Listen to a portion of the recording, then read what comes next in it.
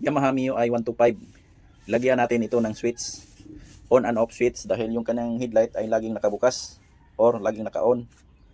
Ito yung kanyang stock na switch. Yan, walang on and off. Dito wala rin. Ganito kasi yung bagong labas sa kasa. Walang on and off switch dito sa kanyang headlight. Ngayon lagyan natin ito ng on and off switch gamit ito. Ito, pang Mio rin ito. Nasa 200 to 400 ang presyo nito. Yan, ito ay. Ito walang on and off switch, ito meron na. Kaya ito ang ilagay natin dito, palit natin. Tanggalin muna natin itong cover niya, ito, at saka itong cover ng kanyang headlight para makita natin yung kanyang wiring connection dito sa ilalim. Ito na, natanggalan natin yung kanyang cover at saka cover ng kanyang headlight. Ito, kita na po natin yung kanyang wiring. Ito yung papunta dito sa electric switch, push button switch. Ito lang, tanggalin natin ito. At saka dito sa kabila, ito yung high and low niya. Ito po siya, high and low connection. Ito, i-disconnect lang po natin itong kulay blue. Ito, blue, at saka dito, blue, kulay blue. Blue na may stripe na black. Yan, blue na may stripe na black. Tanggalin natin ito, itong dalawa, sa kanyang sakit. At pati ito, tanggalin natin. Dito naman sa kanyang headlight ay may kulay blue. Itong blue, kulay blue na wire. Yan, kulay blue. Ito yung putulin natin dito. Itong sa kabila papuntang itaas ay hindi po natin ito gamitin. Ito lang dito sa papuntang pababa. Putulin natin dito. At unahin muna natin itong tanggalin yung kanyang stock switch. Itong old switch niya. Yan, electric switch, dahil walang on and off sa kanyang headlight. May isang bolt lang po ito. Tanggalin natin. Dito sa ating on and off switch na nabiling bago ay may 5 wire po siya. Ito, 5 wire. Yan, itong dalawa, same pa rin itong dalawa. Push button switch or electrical switch. Dito, same pa rin yung sakit niya. Yung tatlo, ito yung i-connect natin para meron tayong on and off sa ating headlight. Dito natin siya ipalit, kabit. Yan, ay kabit na po natin yung kanyang bagong switch na merong on and off sa kanyang headlight. Yan. At yan, kinabit na po natin yung kanyang wire sa kanyang electrical button switch dito. Tapos yung kanyang on and off switch may 3 wire. Itong yellow na may stripe na red, ito yung papuntang source natin dito. Dito yan. Yan, na-disconnect na po natin dito yung kanyang wire. Blue na may stripe na black. Ito po yung dalawa dito. Yan, na-disconnect natin. Itong galing source, ito yung i-connect natin dito sa may yellow na may stripe na red. Lagyan lang natin ng wire papunta dito.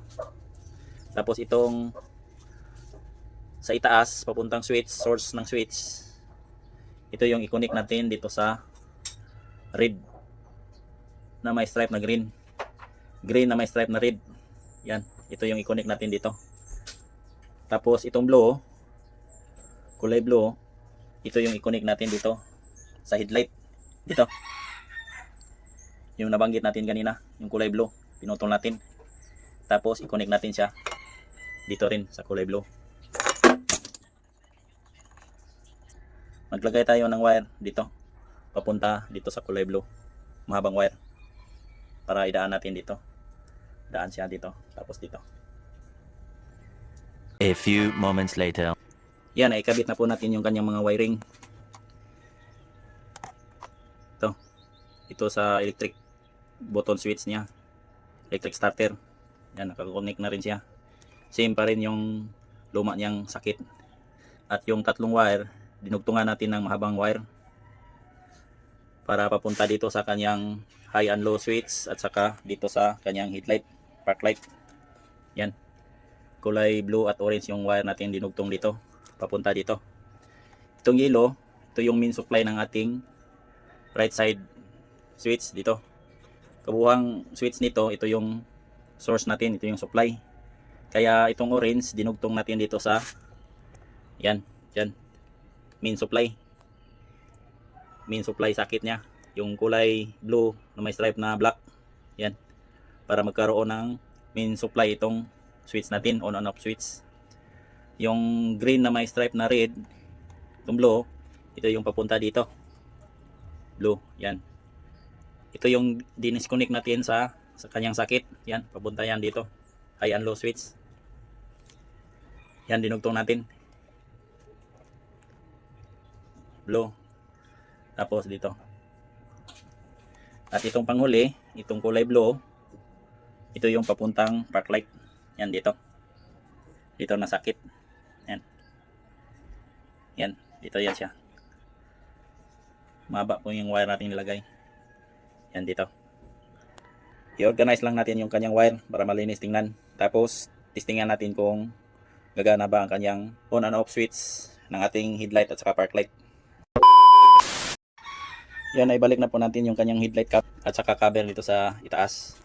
Check natin kung gagana ba siya.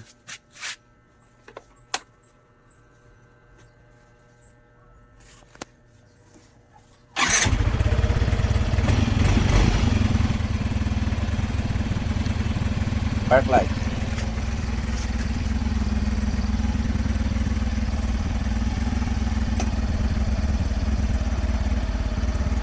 Low. High. Low. High.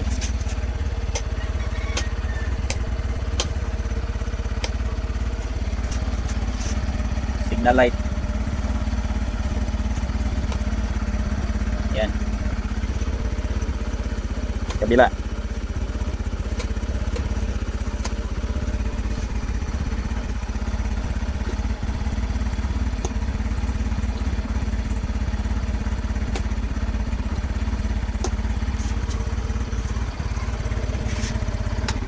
Yan, gagana na po siya.